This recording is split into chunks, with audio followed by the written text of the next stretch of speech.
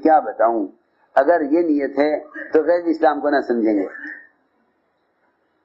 وہ تو نقل حرکت کے ذریعے جب اکرام عام ہوگا اور اخلاق سامنے آئیں گے تب سمجھیں گے غیر کہ اسلام کیا ہے. ہماری جماعتیں پھرتی ہیں،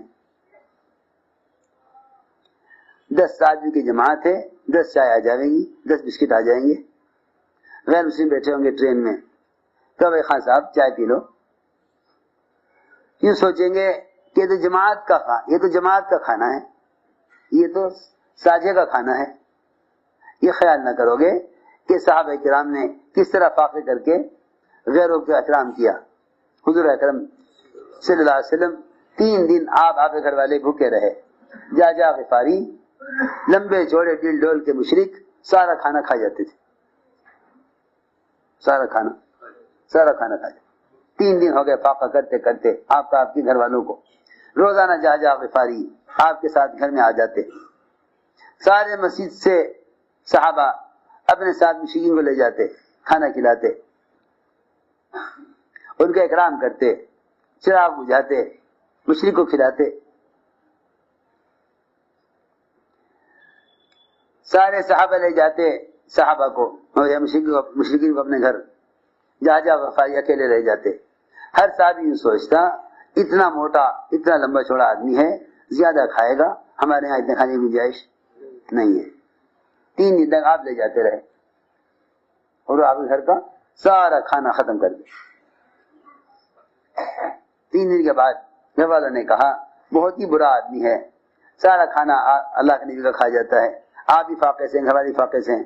میں عائشہ یوں مت کہو، اس نے اپنے مقدر کا کھایا ہے، ہمارا رزق اللہ کے ہاتھ میں ہے. 3 دن کے فاقے کے بعد یہ جواب دیا. یہ نہ فرمایا کہ اس نے ہمارا کھانا کھایا، اس نے تو کھانا اپنے مقدر کا کھایا، ہمارا کھانا اللہ کے ہاتھ میں ہے. 3 دن کے بعد کھانا کھایا تو تھوڑا ہی پیٹ بھر گیا، کھانا بچ گیا. گھر والوں نے کہا کہ آج تو یہ تھوڑے میں اس کا پیٹ بھر گیا. فرمایا کہ ہاں 3 دن کے بعد آج یہ مسلمان ہو گیا، آج یہ مسلمان ہو گیا. مسلمان ایک فرد کے بقدر کھاتا ہے اور کافر 7 آدمیوں کے بقدر کھاتا ہے. کافر کی خوراک میں برکت نہیں ہے. میں عرض کر رہا تھا کہ اصل میں جو نقل و حرکت ہے اور خروج ہے وہ اس لیے تھا تاکہ اکرام کو لے کے پھرو. امت سمجھے اسلام کیا ہے، امت سمجھے اسلام کیا ہے. تبلیغ سے انفرادی زندگی کا مزاج بننا اسلام کو پھیلنے نہ دے گا. تبلیغ کے کام میں لگ کر انفرادی مزاج کا بننا اسلام کو پھیلنے نہ دے گا. تو میری بات سمجھ میں آنے کی نہیں، مجھے خبر ہے. تم سب کے ذہنوں میں یہ ہے کہ تبلیغ ایک مدرسہ ہے.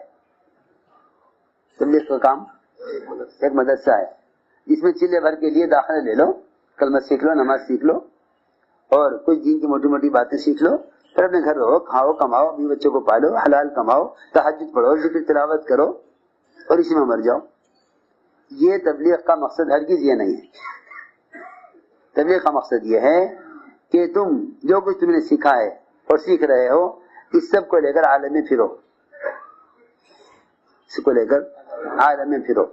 تم جاہل ہو تب بھی پھرو، عالم ہو تب بھی پھرو، تاکہ دین باعتبار امت کے قائم ہو. دین باعتبار امت کے قائم ہو. تبلیغ کوئی مدرسہ نہیں ہے جس میں تھوڑے وقت کے لیے آدمی، آج کل مختصر کورس تیار ہو رہے ہیں، آپ سال بھر میں جتنا کچھ پڑھ لیں گے، آپ 2 سال میں کچھ پڑھ لیں گے. ایسے لوگ سمجھتے ہیں کہ بھئی آسان مدرسہ تبلیغ ہے، اس میں لگ جاؤ، چلے 4 مہینے میں کچھ کلمہ نماز ٹھیک ہو جائے گا، اس کے بعد پھر فارغ ہو جائیں گے. دین سیکھنا مقصود ہے. اور مولانا الیاسا کا ملفوظ ہے، میرے کام کا مقصد کلمہ نماز کو صحیح کرنا نہیں ہے. وہ تو اس کام کی الف باتا ہے کہ تبلیغ میں لگ کر نماز بھی آ جائے گی، حلال حرام میں تمیز بھی ہو جائے گی، صحیح غلط کو سمجھنے لگے گا، دین اسی ذاتی زندگی دین پر آ جاوے، یہ ذاتی زندگی دعوت سے دین پر آ جاوے، یہ اس کام کی الف باتا ہے، اس کام کی ابتدائی درجہ اس کام کا۔ ہائے ہائے حضرت کی بات کہ دین باعتبار عالم کے قائم ہو، ایک امتی کو جہنم سے بچا کر جنت سے پر ڈالا جاوے، اس مقصد کے لیے نقل و حرکت ہے۔ سن رہے سو رہے؟ اس مقصد کے لیے نقل و حرکت ہے، یہ نہیں کہ تبلیغ میں لگ کر دین سیکھ لیا پھر گھر بیٹھ گیا۔ صحابہ کے زمانے میں جو بھی بیٹھ جایا کرتا تھا اس پر اللہ کی طرف سے تنبیہ ہوتی تھی، اس کو اللہ کی طرف سے تنبیہ ہوتی تھی، کیسے بیٹھ گئے؟ یعنی آپ اندازہ کریں، انصار نے اسلام پھیلنے کے بعد، اسلام کو قوت حاصل ہونے کے بعد، مسلمانوں کی کثرت کثیر تعداد ہو جانے کے بعد صرف 6 مہینے مدینہ منورہ میں رہنا طے کیا، اسلام کی محبت کے ساتھ، نفاق کے ساتھ نہیں، کیونکہ نکلنے سے منافقین جھوٹے آزار کرتے تھے، مسلمان نکلنے سے عذر نہیں کرتا تھا۔ خود کہتے ہیں کہ نہ نفاق کی وجہ سے نہ اسلام سے نفرت کی وجہ سے، صرف اس لیے خیال ہوا کہ کچھ کاروبار، کچھ گھریلو مسائل، کچھ زمینوں کی دیکھ بھال، کچھ کھیت کی یار دیکھنے کے لیے 6 مہینے انصار مدینہ نے مدینہ منورہ میں رہنا طے کیا مقامی کام کے ساتھ۔ میں حضرت کی بات نقل کر رہا، اس کے ساتھ مقامی کام کے ساتھ 6 مہینے مدینے میں رہیں گے مقامی کام کے ساتھ۔ 6 مہینے کے بعد جہاں چاہے بھیج دیا جاوے، مگر 6 مہینے تک ہم مدینے میں رہنا چاہتے ہیں کیونکہ ہمارے کچھ گھریلو تقاضے ہیں۔ ادھر سے نے سوچا، ادھر قرآن کی آیت نازل ہو گئی، وَأَنفِقُوا فِي سَبِيلِ اللَّهِ وَلَا تُلْقُوا بِأَيْدِيكُمْ إِلَى التَّهْلُكَةِ، اللہ کے راستے میں پھرنے پر، سنو غور سے جس طرح میں کہہ رہا، اللہ کے راستے میں پھرنے پر مال خرچ کرنے میں کمی نہ کرو ورنہ اپنے ہاتھ اپنے آپ کو ہلاکت میں ڈالو گے۔ یہ آیت جب نازل ہوئی جب انصار نے 6 مہینے مدینے میں رہنا طے کیا، صحابہ خوب جانتے تھے کہ بعد میں آنے والے قرآن کو بدل ڈالیں گے۔ ایک آدمی دوڑا دشمن کی صف کی طرف، اکیلا اندر داخل ہو گیا، لوگوں نے شور مچایا، ارے لا تلقوا بأيديكم إلى التهلكة، اپنے آپ کو ہلاکت میں نہ ڈالو، اپنے ہاتھ اپنے آپ کو ہلاکت میں نہ ڈالو، تم کیسے اکیلے دشمن کی صف میں داخل ہو گئے، اپنے آپ کو ہلاکت میں ڈال لیا۔ فوراً بولے ابو ایوب انصاری رضی اللہ تعالیٰ عنہ کہ تم نے آیت یہاں غلط پڑھی ہے، اس آیت کا مطلب یہ نہیں ہے، اس آیت کو ہم جانتے ہیں، یہ آیت ہمارے بارے میں نازل ہوئی تھی، یہ آیت ہمارے بارے میں نازل ہوئی، ہم سے پوچھو اس آیت کا مطلب کیا ہے۔ فرمایا کہ ہم نے 6 مہینے مدینہ منورہ میں رہنا طے کر لیا تھا مقامی کام کے ساتھ، اس پر آیت نازل ہوئی تھی کہ اللہ کے راستے کے خروج اور نقل و حرکت میں کمی کر کے اپنے آپ کو ہلاکت میں نہ ڈالو، یہ تھی بات۔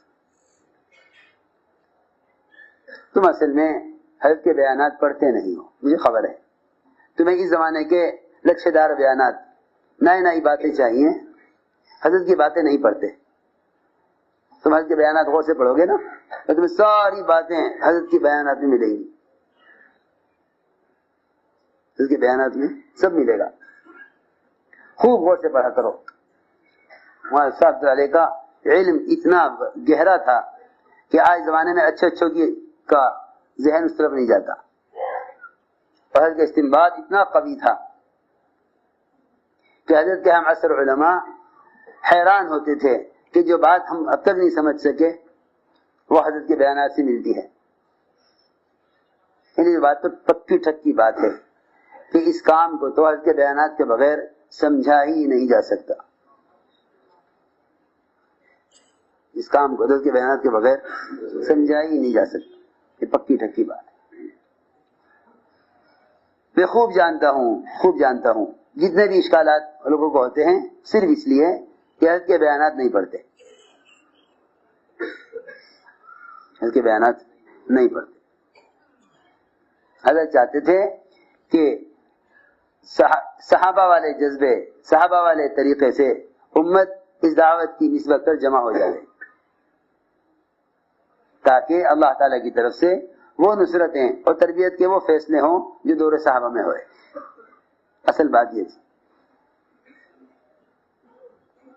اس لیے میرے دوستو عزیزو، بس اپنی ذات کا نہیں، ساری انسانیت، سارے عالم کا ہے، سارے عالم کا ہے۔ حضرت فرماتے تھے پڑوسی کے گھر کی آگ بجھاوے گا، چاہے دشمنی کیوں نہ ہو اس کا پڑوسی، اپنے گھر کی حفاظت کے لیے۔ جب ایک پڑوسی کے گھر کی آگ بجھائی جاتی ہے، دشمن پڑوسی کو یوں نہ کہے گا دشمن ہے آگ لگنے دو، اس نے بھی تو مجھے ستایا تھا، نہیں آگ بجھائے گا، برابر میں میرا گھر ہے۔ دشمن کے گھر کی آگ بجھاوے گا اس خیال سے کہ برابر میں میرا گھر ہے۔ اپنے گھر کی حفاظت میں جب دشمن گھر کی آگ بجھانا کو ضروری سمجھتا ہے تو بتاؤ اپنے ماحول کی اور اپنے دین کی حفاظت کے لیے دوسروں کو دین کی دعوت دینا کتنا ضروری ہوگا؟ اپنے دین کی حفاظت کے لیے دوسروں کو دعوت دینا کتنا ضروری ہوگا جب اپنے گھر کی حفاظت کے لیے دشمن گھر کی آگ بجھانے کو ضروری سمجھتا ہے۔ اس لیے سارے عالم کو سامنے رکھ کر عزم کرو کہ انشاءاللہ ہمیں خود پورے دین پر چلنا ہے اور ساری امت کو دین کی طرف لانا ہے۔ سارا عالم سامنے ہے، سارا عالم سامنے ہے۔ آپ کے اپنے محلے سے لے کر عالم بھر تک کی ساری بے دینی اور سارے گمراہی کے حالات ہمارے سامنے ہیں۔ یہ سوچو کہ مال کا کتنا حصہ نبی کی بعثت کے مقصد پر خرچ ہوا۔ یہ سوچا کرو کہ ہمارے مال کا کتنا حصہ نبی کی بعثت کے مقصد پر خرچ ہوا۔ اگر غور کرو گے صحابہ کی زندگی پر تو خدا کی قسم سب سے زیادہ مال وہ خروج پر خرچ ہوا ہے، زیادہ مال خروج پر خرچ ہوا۔ اب دیکھ لو سیرت گھر، شادیاں، مکان، ضروریات پر میرا خیال سے 20% بھی خرچ نہیں ہوا ہوگا۔ یہ بھی بہت زیادہ ہے، یہ بھی بہت زیادہ۔ رات ہی تم نے سنا عبداللہ ابن شام کا کہ جذبے میں آ کر بیوی کو چھوڑ دیا، زمین بیچنے چلے، گھوڑے خرید لوں، زمین بیچ کر گھوڑے خرید لوں، بیوی کو چھوڑ دوں۔ صحابہ نے کہا نہیں، دیکھو ایسا مت کرو، کیونکہ حضور اکرم صلی اللہ علیہ وسلم نے فرمایا ہے کہ یہ میرا طریقہ نہیں ہے کہ بیوی کو طلاق دے دوں، زمینیں بیچ کر گھوڑے خرید لوں۔ صحابہ جذبے میں، قربانی میں آگے بڑھے، آپ ان کو اعتدال پر لائے، ہم نے ساری صلاحیتیں خواہشات پر ضائع کر دی، اور صحابہ ساری ضرورت کے نقشے بھی دین کی دعوت پر قربان کرنا چاہتے تھے۔ وہ چاہتے تھے ضرورت جو قربان ہو دین قائم ہو جاوے، ہم چاہتے ہیں خواہش پوری ہو دین مٹتا رہے۔ سوچو، اس لیے عزم کرو کہ انشاءاللہ ہمیں سارے عالم میں جانا ہے۔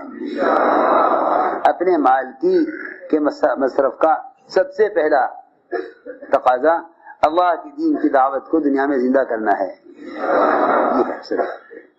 اسی کو سامنے رکھ کر ارادے فرماؤ، نہیں تو تقاضے 4 لاکھ 5 لاکھ کے تقاضے ہیں، یہ کوئی شوق کی چیز نہیں ہے اتنا خرچ کر دوں، نہیں، تقاضے ہیں۔ ایسے ممالک ہیں جہاں 5 لاکھ 6 لاکھ سے کم میں جماعت پہنچ ہی نہیں سکتی، ایسے ممالک ہیں۔ اس کے لیے عزم کرو، کھڑے ہو کے فرماؤ۔ جو علماء سال پورا کر رہے ہیں وہ 5 گانا بیرون کے لیے ارادے فرمائیں۔ جماعتیں بن کر آئی ہیں زائد